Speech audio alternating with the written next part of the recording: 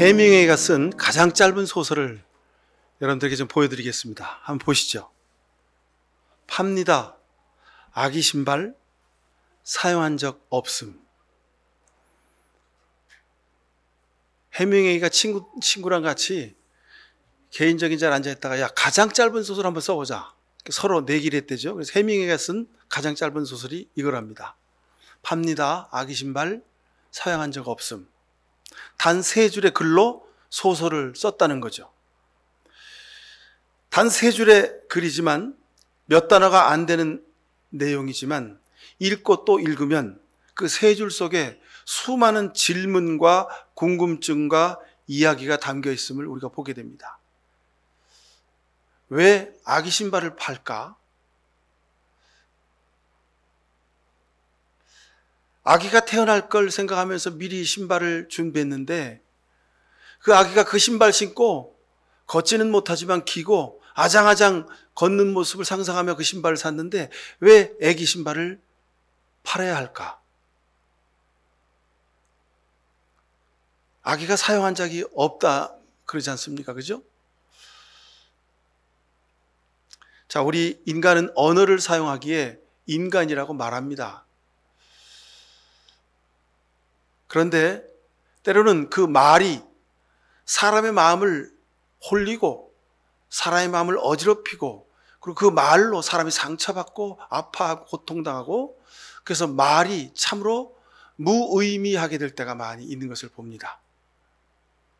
오늘 이 시간 그래서 예배하는 우리에게 예수님이 이렇게 말씀하십니다. 여러 긴 말이 필요 없이 예수님이 한마디로 말씀하셨습니다. 너희에게 평화를 주노라. 오늘 이 시간 예배하는 여러분에게 위로와 치유의 역사가 가득하기를 바랍니다. 지난주에 우리가 예레미야 애가서를 함께 통독하며 읽어갔습니다. 예레미야 애가 5장에 그 뒷부분에 있는 마지막 결론의 말씀을 읽으면서 제가 어찌나 가슴이 안타깝던지요. 예레미야 애가 5장 10절부터 제가 한번 읽어드리겠습니다. 구움길을 밥 먹듯이 하다가 살갗이 아궁이처럼 까맣게 탔습니다. 시온에서는 여인들이 짓밟히고 유다 성읍들에서는 처녀들이 짓밟힙니다. 지도자들은 매달려서 죽고 장로들은 천대를 받습니다. 젊은이들은 맷돌을 돌리고 아이들은 나무찜을 쥐고 비틀거립니다. 노인들은 마을 회관을 떠나고 젊은이들은 노래를 부르지 않습니다. 우리의 마음에서 즐거움이 사라지고 춤이 통곡으로 바뀌었습니다. 머리에서 멸관이 떨어졌으니 슬프게도 이것은 우리가 죄를 지었기 때문입니다. 바로 이것 때문에 우리의 가슴이 아프고 바로 이런 것들 때문에 우리 눈이 어두워집니다. 시온산이 거칠어져서 여우들만 득실거립니다. 주 하나님 영원히 다스려 주십시오. 주님의 보좌는 세세토록 있습니다. 어찌하여 주님께서는 우리를 전혀 생각하지 않으시며 어찌하여 우리를 이렇게 오래 버려두십니까? 주님, 우리를 주님께로 돌이켜 주십시오. 우리가 주님께로 돌아가겠습니다. 우리의 날을 다시 새롭게 하셔서 옛날과 같게 하여 주십시오. 주님께서 우리를 아주 버리셨습니까? 우리에게서 진노를 풀지 않으시렵니까? 우리가 사는 시대에 그것도 8월 마지막 주간을 살아가면서 우리가 그저 시간에 따라서 읽는 성경 통독의 말씀인데 그 말씀이 이 시대를 살아가는 우리 삶에 하나님이 우리에게 주시는 아주 천둥과 벼락과 같은 말씀인 것 같아서 너무도 감동하면서 너무도 안타까운 마음으로 한 주간을 말씀으로 묵상하며 기도하며 지냈습니다. 요즘 세상의 일들이 너무도 힘들고 어려워서 기도하지 않고는 살 수가 없는 그런 시간들입니다. 여러분 요사이 어떤 기도를 드리고 계십니까? 오늘 공동기도문을 별지로 주부에 기록하지 않고 따로 별지로 만들어서 여러분 우리 함께 길게 기도드린 이유이기도 합니다. 우리가 밤새 그물을 던졌어요. 우리 개인의 가정사에, 우리 직장에서, 회사에서, 학교에서, 나라의 각 분야의 지도자들이, 각 분야에서 많은 사람들이, 세계의 많은 이들이 밤새도록 그물을 잡기 위하여 그물을 던졌다는 거 아닙니까? 근데 제자들처럼 물고기 한 마리도 잡지 못하고 그렇게 다 돌아왔다는 거예요.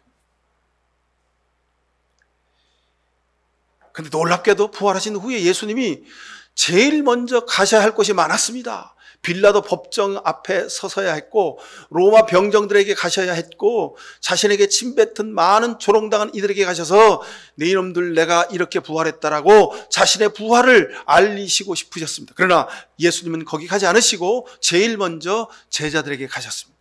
밤새 헛거물질하고 돌아와 허기진 배를 움켜쥐고 배에서 내리는 저들을 보고, 얘들아 배고프지? 이리 와라.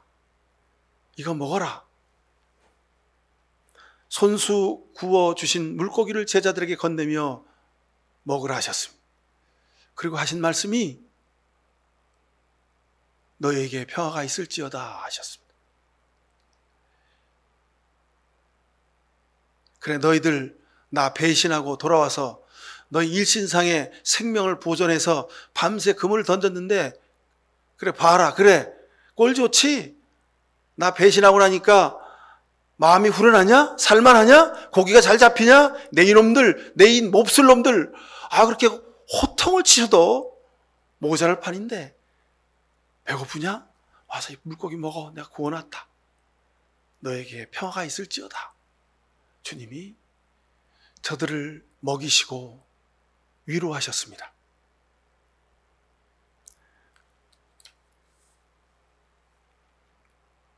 우리 모두 함께 예레미야 애가서를 기록한 저자의 마음으로, 예레미야 애가서를 쓰게 하신 성령님의 마음으로 우리 가정과 자녀들을 보며, 우리 회사를 보며, 우리 직장과 일터를 보며, 우리 사회를 보며, 이 나라의 민족을 보며, 세계 역사에 돌아가는 상황을 보면서 우리가 애타게 기도해야 합니다.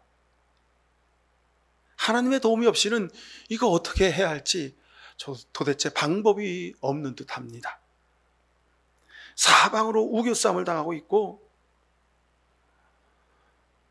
부모와 자식이 누구도 우리의 도움이 되지 않습니다. 그럼 맹자의 4단론을 혹시 아시죠? 우리 중고등학교 때 국민윤리 시간인가 이런 시간에 열심히 배웠습니다. 측은지심, 수호지심, 그 다음에 사양지심, 시비지심, 4단. 그래서 인의예지 해갖고 외웠죠. 그죠? 근데 지난 주간에 예레미야 애가서를 읽으면서 이 맹자의 4단론이 문득 떠올랐어요.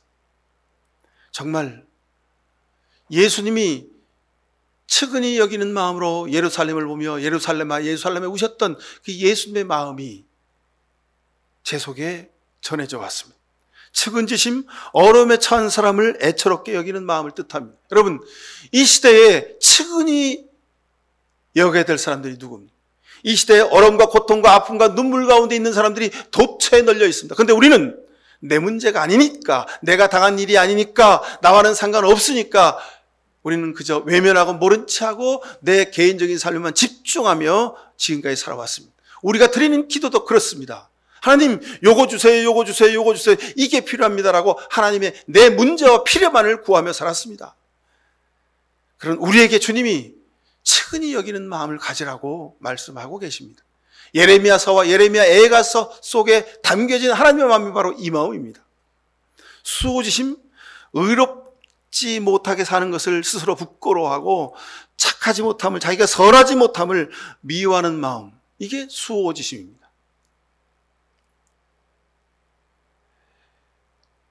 다른 사람이 불의한 일을 보고는 우리가 열심히 손가락질합니다. 근데 여러분, 실은 우리도 똑같이 불의한 삶을 삽니다. 왜요? 남의 잘못을 지적하지 않으니까, 다른 사람의 불의를 보고 그냥 눈 감고 넘어가니까 우리도 똑같이 불의한 존재들이라는 겁니다. 사양지심, 겸손해서 남에게 사양할 줄 아는 마음입니다. 이 시대는요, 겸손하고 사양하는 사람은 무능한 사람입니다. 자기가 하나를 알아도 둘을 안다고 말하고 5을 해도 10개를 했다고 자랑해야, 자기를 PR해야 인정받는 시대입니다. 시비지심, 옳고 그름을 판단할 줄 아는 마음을 뜻합니다. 근데 누구도 옳고 그름을 판단하지 않아요. 왜요?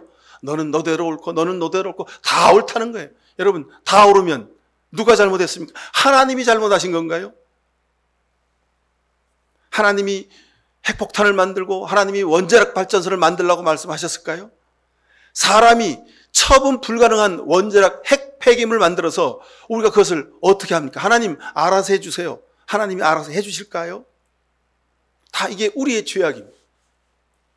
근데 우리는 당장 사탕 입안에 넣으면 달잖아요.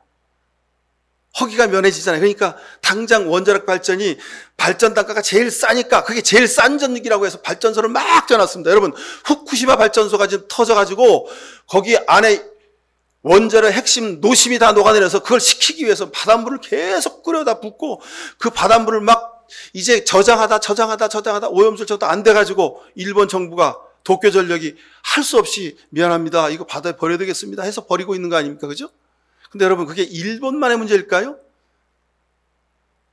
여러분, 우리랑 가장 가까운 중국, 우리랑 쳐다보고 있는 중국의 그 남해안 쪽, 중국 남쪽에 있는 바다가 우리와 다 접해 있죠? 거기에 핵발전소가 수십 개가 있습니다. 우리나라 충남에도 가면요, 그리고 저 동해 바다에 가면요, 핵발전소가 여러 개 있습니다. 여러분, 후쿠시마 발전소처럼 그렇게 사고가 나서 터지지 아니라는 보장이 하나도 없습니다. 사람의 기술은 일천하기가 짝이가 없습니다. 이제 앞으로 일본이 그렇게 첫 단추를 끼웠으니 세계 모든 핵발전소들은 이제 사고 나면 전부 다 그냥 바닷물로 씻어가지고 다 바다에 버리면 되는 거죠. 그죠? 그러면 문제가 다 해결되는 겁니다. 첫 단추를 끼지 못하게 했어야 되는데 첫 단추가 깨졌으니 그 어떤 나라라도 바다에 아무 곳이라도 다 버릴 수 있게 된 것입니다.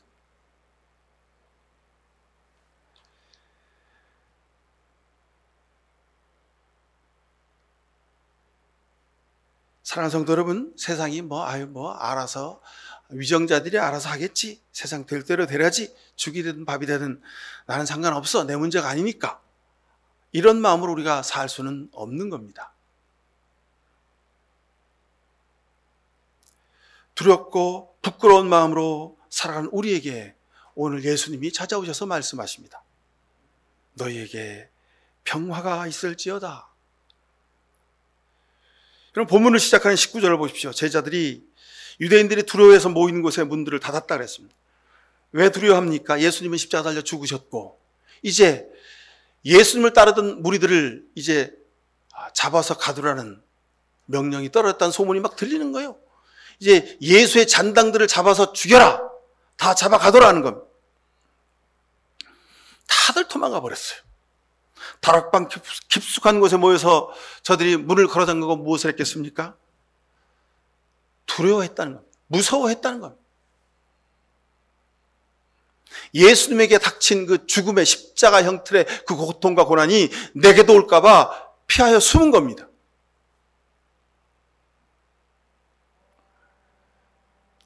저들이 걸어 잠근 것은 그 다락방의 문빗장만이 아니었습니다. 저들의 마음의 문도 다 닫아버렸습니다. 마음의 쇠빗장을 걸고 그들은 스스로 두려움의 감옥에 갇혀버린 겁니다. 바로 이때 예수님이 찾아오셨습니다. 누가 문 열어준 것도 아니고 문을 부수고 들어오신 것도 아닌데 예수님이 하여간 제자들의 있는 그곳에, 숨어있는 그곳에 나타나셨습니다. 시공을 초월하는 존재의 그 예수의 모습이 저들 앞에 보여진 겁니다. 얼마나 놀랐겠습니까? 그 예수님 돌아가실 때 다 도망했는데 그 예수님이 다시 살아서 우리 눈앞에 지금 나타나신 겁니다. 얼마나 창피하고 부끄럽습니까?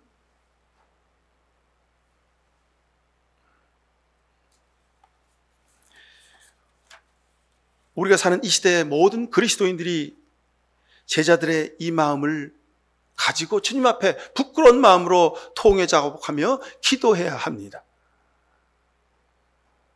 이런 제자들 향해서 주님이 너희에게 평화가 있을지어다. 이 얼마나 제자들이 듣고 싶으신 말씀입니다. 평화가 있을지어다. 두려움에 떠는 제자들을 안심시키기 위해서 주님이 손을 내밀어 보여주십니다. 맞아, 나는 귀신이나 유령이 아니야. 봐라, 내 손에 못자국 봐라.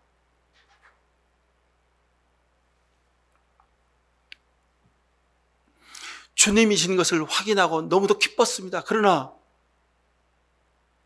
부끄럽고 창피했습니다. 면목이 없었습니다.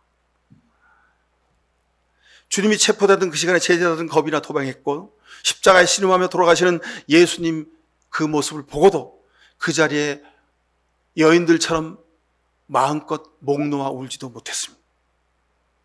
사람들의, 로마 병정들의 발을 잡고 우리 예수님 저렇게 돌아가시면 안 된다고, 우리 예수님 아무 죄가 없다고 한마디도 하지 못했습니다. 가냘픈 여인들과 이름 없는 제자들, 아리마대 사람 요셉, 니고데모가 장례를 치르는 그 현장에 제자들은 얼굴도 내밀지 못했습니다. 이런 제자들에게 예수님이 찾아오신 겁니다. 배신자들을 책망하기에 오신 것이 아니라 두려움에 떨고 있고 미안해하고 면목 없어하는 이 제자들에게 21절에 주님은 재차 말씀하십니다. 너에게 평화가 있을지어다. 사랑하는 성도 여러분, 이 시간에도 여러분에게 주님이 주시는 평화가 임하시길 축원합니다. 우리가 예수님의 부활의 증인으로 산다, 예수님의 십자가 보혈로 구원을 얻었다, 세상에서 빛과 소금으로 산다, 이런 얘기가 여러분 다 이게 추상적인 의미가 아닙니다. 우리가 사는 세상의 삶의 구체적인 문제들 앞에서 내가 주님이 십자가 치신 것처럼 우리도 십자가 지고 주님이 기뻐하시는 일을 하며 살아야 하는데, 우리는 내 개인적인 삶에 묻혀서 그렇게 살지 못하며 살았습니다. 지금 우리가 사는 이 시대에 하나님의 공의와 평화가 참으로 절실한 시대입니다. 여러분들이 평화의 증인이 되십시오. 부부와 자식이 싸우고, 부부가 싸우고, 형제지간이 싸우고, 그리고 학교에서는 선생님과 학생이 싸우고 삽니다. 여당과 야당이 싸우고, 남과 북이 싸우고, 가진 자와 가지지 못한 자들이 싸우고, 젊은 사람들과 노년들이 싸우고, 남자와 여자가 싸우고,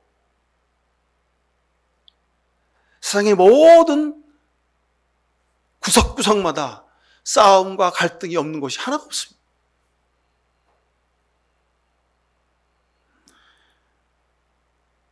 이제 여러분, 우리가 어떻게 살아야 합니까? 주님이 이 시대를 우리가 살게 하신 이유가 있을 것 아니겠습니까? 여러분이 평화의 증인이 되셔야 합니다. 여러분이 하나님의 공의의 일꾼들이 되셔야 합니다. 자, 우리 교회는 예배 시간에 평화 인사를 합니다. 주님의 평화를 빕니다 하고 예배 시간 중에 우리가 평화 인사를 하죠. 이건 초대교회 예배 때부터 시작되었던 전통입니다. 그냥 멋있으라고 하는 순서가 아니고 초대교회 때부터 초대교회 성도들이 예배 시간 중에 했던 평화 인사를 우리가 재현해서 하는 겁니다. 정말 여러분, 우리 모두에게 평화가 있기를 간절히 바랍니다. 나는 바다에서 고기 잡는 어부가 아니니까, 나는 어촌에 살지 않으니까 나랑 상관없습니까? 여러분 평생 물고기 바다에서 나는 모든 우리 먹거리들을 먹지 않고 사실 자신이 있으십니까? 그러면 핵 오염에 조금 덜 되겠죠, 그죠? 근데 여러분, 그게 아니지 않습니까? 사람들이 이렇게 둘로 나뉘었죠. 과학자들도 둘로 나뉘었더군요. 그냥 그 바닷물에 사기석이 되니까 괜찮습니다, 건강에 이상이 없습니다 하는 과학자들도 있고요. 아닙니다, 이거 큰일 났습니다 하고 안타까워하는 과학자들도 있고요. 우리 기독교인들 중에서도 하나님이 하신 일이니까 그냥 괜찮지요. 그리스도인들이 이렇게 세상의 문제에 이렇게 관심 가지고 사사건건 이렇게 시비를 겁니까라고 그렇게 얘기하는 아주 은혜로운 성도들도 있고, 어떤 사람들이 큰일 났습니다, 하나님 만드신 창조 세계를 사람이 함부로 이렇게 더럽혀서 되겠습니까? 하나님이 주신 생명을 잘 지키는 일에 우리가 앞장서야 합니다라고 걱정하며 기도하며 행동하는 그리스도인도 있습니다. 여러분, 어느 편에 서시겠습니까? 부활하신 예수를 믿는다는 것, 진정한 부활신앙이란 우리 삶에서 드러나 보여지는 겁니다. 날마다 찬송하며 살고, 쉬지 않고 기도하며 살고, 항상 기뻐하며 살고, 모든 일에 감사함으로 산다. 이것의 가장 큰 배경은 뭡니까? 주님이 주시는 평화가 우리에게 있어야 합니다. 여러분, 이 평화를 지켜갈 수 있어야 됩니다. 이 평화는 그저 깊은 산속 숲속에서 맑은 공기 마시고 옹달샘에서 퐁퐁 솟는 그 옹달 샘물 마시고 아무것 모자란 것 없이 자족하고 평안하고 맑은 공기 마시고 아무런 영향받지 않는 그런 산속의 도사처럼 사는 삶을 살아서 누리는 평화가 아니라는 겁니다. 두렵고 떨림과 면목 없음과 부족함과 죄 많음과 하나님 앞에서 정말 안타까운 마음으로 애통한 마음으로 살아가는 이 삶의 자리에서 주님의 평화를 우리가 갈구하고 그 평화를 먹고 마실 수 있어야 한다는 말씀입니다.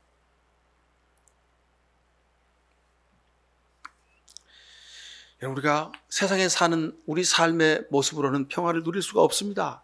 내 안에 평화라는 도대체 찾아볼 수가 없습니다. 그러나 예수 그리스도를 모시고 살 때 우리는 불의한 중에도 평화가 없는 중에도 안타까운 눈물 중에도 평화를 누리며 살아갈 수 있게 될 것입니다. 주님이 주시는 그 평화를 가슴에 안고 그리고 이 세상에 하나님의 정의와 하나님의 평화를 나누어져 살아가는 여러분 될 수 있기를 바랍니다. 하나님의 평화와 하나님의 정의를 나누는 이 일은 우리의 구체적인 세상살이의 삶을 통해서 보여지는 겁니다. 목사님이 이번 주에 설교를 통해서 세상의 정의와 평화를 나누라고 했는데 그게 도대체 무슨 얘기일까? 여러분 스스로 기도하며 그 길을 찾아보실 수 있기를 바랍니다. 베드로는 로마에서 전도하다가 십자가에서 거꾸로 못 박혀 순교했습니다. 안드레는 헬라에서 전도하다가 아가야 성에서 X형의 십자가에 못 박혀서 온몸이 뒤틀린 채 순교했습니다. 야고보는 예루살렘에서 헤롯의 칼에 목베임을 당해 죽었고, 요한은 에베소에 가서 전도하다가 체포되어 끓는 가마에 던져졌지만 죽지 않았기 때문에 반모섬에 또 유배를 당했습니다. 다른 제자들도 예외 없이 칼에 맞아 죽고 돌에 맞아 죽었습니다. 스데반도 복음을 전하다가 돌에 맞아 죽었습니다. 근데 이들은 한결같이 그 마지막 죽는 순간에 하늘 향해 스데반의 여러분 모습을 보셨지 않습니까? 하늘을 향해 예수님을 바라보며 하나님을 바라보며 평화로운 모습으로 저들을 위하여 용서의 기도를 드리며 하나님의 부름을 받았습니다. 여러분, 무엇이 이들을 이렇게 평화로운 죽음, 평화로운 삶, 평화를 위해 생명을 던지는 삶을 살게 했을까요?